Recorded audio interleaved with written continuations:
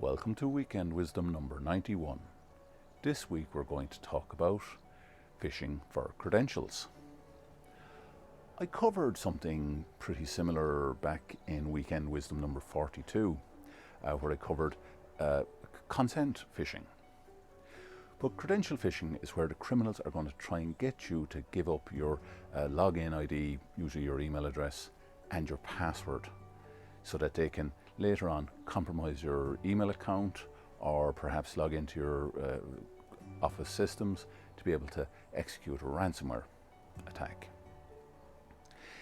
And the methods they use are varied, but a very sneaky one that they typically use is they will send an email with an actual SharePoint link in there, or this could be a Google Drive link as well, and people are very familiar with SharePoint links and Google Drive links, and they're usually fairly safe to click because these are things that people deal with on a day-to-day basis.